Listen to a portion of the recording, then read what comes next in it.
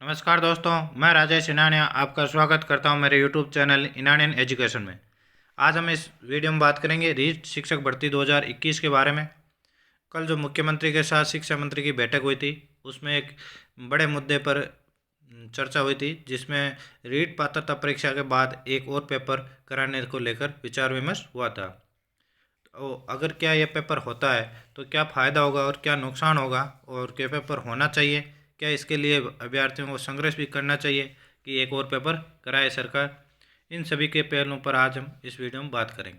सबसे पहले कल का प्रेस नोट देख लेते हैं, जिसमें मुख्यमंत्री और शिक्षा मंत्री के बीच में बैठक हुई थी, और इसमें जो अध्ययनरत बीएड के अभ्यर्थी हैं उनको भी राहत दी गई है, उनको भी आवेदन की अंतिम तिथि तक छूट दी गई है पात्रता में।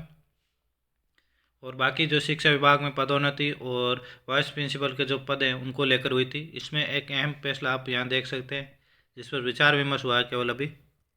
यहाँ आप देख सकते हैं, बैठक में अध्यापक परीक्षा प्रक्रिया को और बेहतर बनाने के लिए भविष्य में पात्रता परीक्षा के बाद चयन के लिए अलग से परीक्षा आयोजित कराने पर विचार विमर्श किया गया। आपको पता है कि पिछली कांग्रेस सरकार ने 2012 और 2013 में जो भर्तियां ली थी तृतीय श्रेणी शिक्षक की, उसके लिए अलग से एग्ज़ाम कराया था, लेकिन वो डिस्ट्रिक्ट लेवल पर एग्ज़ाम था और उसमें काफ़ी ज़्यादा विवाद रहा था, जिसके कारण पिछली गवर्नमेंट ने उस एग्ज़ाम को हटा दिया और केवल पात्रता परीक्षा पर ही चयन की प्रक्रिया शामिल कर दी। इस बार वापस कांग्रेस सरकार आई और उन्होंने विचार किया है कि एक और एग्ज़ाम होना भी चाहिए। तो इसके लिए क्या फ़ायदा है और क्या नुकसान है, सबसे पहले हम फ़ायदा देख लेते हैं। तो फ़ायदा ये है कि अगर ये एग्ज़ाम होता है तो बाहर से जो अभ्यर्थी हैं, अदर स्टेट से, उन अदर स्टेट के अभ्यर्थियों को बाहर किया जा सकता है, क्योंकि अगर अलग से एग्ज़ाम होगा तो उसमें राजस्थान जीके का एक अलग से पेपर भी कराया जा सकता है। केवल राजस्थान जीके का अलग से पेपर या राजस्थान जीके का पोर्शन अधिक दिया जा सकता है। वर्तमान में आप देखेंगे कि साइंस मैथ में और अन्य कुछ सब्जेक्ट में केवल राजस्थान जीके का कोई भी पेपर नहीं होता, ना कि राजस्थान जीके आती है, जिसके कारण बाहर के अभ्यर्थी इसमें आसानी से शामिल हो सकते हैं। तो एक तो ये है कि जो अदर स्टेट के अभ्यर्थी हैं उनको बाहर किया जा सकता है अगर एक और पेपर हो, तो ये सबसे बड़ा है, क्योंकि बहुत सारे बाहर के अभ्यर्थी हैं जो सिलेक्शन लेते हैं। दूसरा, यहाँ पर जो इस भर्ती में आपने देखा है कि काफ़ी जो पेपर है वो आउट माना जा रहा है, और एसओजी की जांच चल रही है, और काफ़ी अभ्यर्थियों को पकड़ा भी है, काफ़ी जो इससे फर्जी वाड़ा जो कर रहे हैं और जो भी लीक में प्रकरण में शामिल हैं उनको लगातार अपड़ा जा रहा है। तो इससे अंदाज़ा लगाया जा सकता है पेपर कितना आगे तक, कितने अभ्यर्थियों तक गया है, इसका कोई भी भरोसा नहीं है अभी तक। तो अगर ज़्यादा अभ्यर्थियों तक गया है तो जो यहाँ पर मेहनत करने वाले अभ्यर्थी हैं वो पीछे छूट जाएंगे, और जो पेपर लेने वाले हैं वो लग जाएंगे। तो अगर ये एक और पेपर होता है तो उनका जो ये पेपर लीक से प्रकरण है उनसे कोई मतलब नहीं रहेगा, और जो नया पेपर होगा उसी आधार पर सिलेक्शन होगा। लेकिन ऐसा नहीं है कि जो नया पेपर है वो आउट नहीं होगा, उसका भी कोई भरोसा नहीं है वर्तमान में। तो इस पर ज़्यादा फायदा नहीं है, लेकिन वर्तमान स्थिति में देखें तो वो अच्छा रहेगा कि एक और पेपर हो। अगर एक और पेपर हो तो सरकार को जो ये पेपर आउट का प्रकरण है इस पर भी उन पर पर्दा डल जाएगा, और इस पर ज़्यादा मुद्दा नहीं उठेगा, क्योंकि नया पेपर होगा उसी पर सिलेक्शन की प्रक्रिया होगी।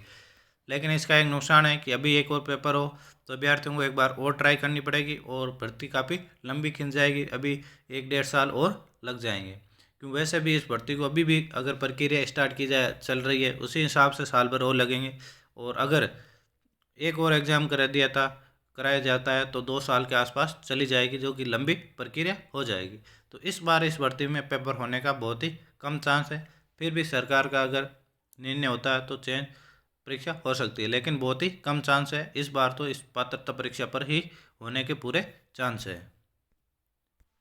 तीसरे फायदे की बात करें तो अगर एक और पेपर होता है तो जो अभ्यर्थी लग रहे हैं उनको मतलब एजुकेशन में क्वालिटी आएगी, क्योंकि वो सब्जेक्ट वाइज उनके पेपर होंगे। अभी वर्तमान में आप देखें तो हिंदी और इंग्लिश के अभ्यर्थियों के लिए हिंदी इंग्लिश का पेपर नहीं होता, केवल कंपलसरी सब्जेक्ट के रूप में उनका हिंदी और इंग्लिश का पेपर हो रहा है, जो कि सभी साइंस और एसएसटी वाले अभ्यर्थियों को भी हो रहा है। तो उनको यूनिक अलग से कोई नहीं हो रहा है। अगर सामाजिक विज्ञान का अभ्यर्थी भी इंग्लिश में अधिक इंग्लिश सब्जेक्ट लेकर अधिक नंबर ला रहा है तो वो उसमें लग जाएगा।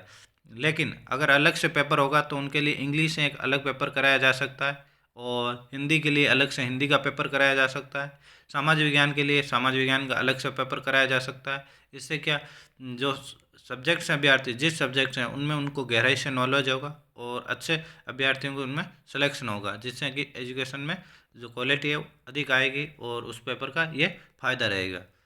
ये बड़े मेजर 3 फ़ायदे हैं जो कि एक अलग पेपर होने का है, लेकिन इस बार होने के कम चांसेज हैं। और अगर अभ्यर्थी संघर्ष करते हैं तो हो सकता है इस बार भी इससे अलग पेपर कराया जा सकता है, क्योंकि जिस प्रकार से पेपर लीक प्रकरण हुआ है उसे देख के लगता है कि जो अभ्यर्थी मेहनत कर रहे हैं उनकी कम संभावना लगेगी। और पेपर लीक कितना हुआ है, अगर पेपर लीक अधिक मात्रा में हुआ तो जो अभ्यर्थी मेहनत किए उनका नंबर सिलेक्शन कम हो जाएगा।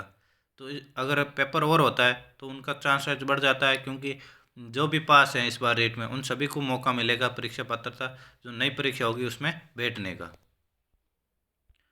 नेक्स्ट वीडियो में हम बनाएंगे कि जो बीएसटीसी के अभ्यर्थी हैं उनको पेपर जो फर्स्ट लेवल और सेकंड लेवल वाले हैं, बीएड वाले अभ्यर्थी हैं, उनको पीएसटीसी वाले में या फर्स्ट लेवल में शामिल करेंगे या नहीं करेंगे, उस पर भी एक विचार विमर्श करके वीडियो बनाएंगे।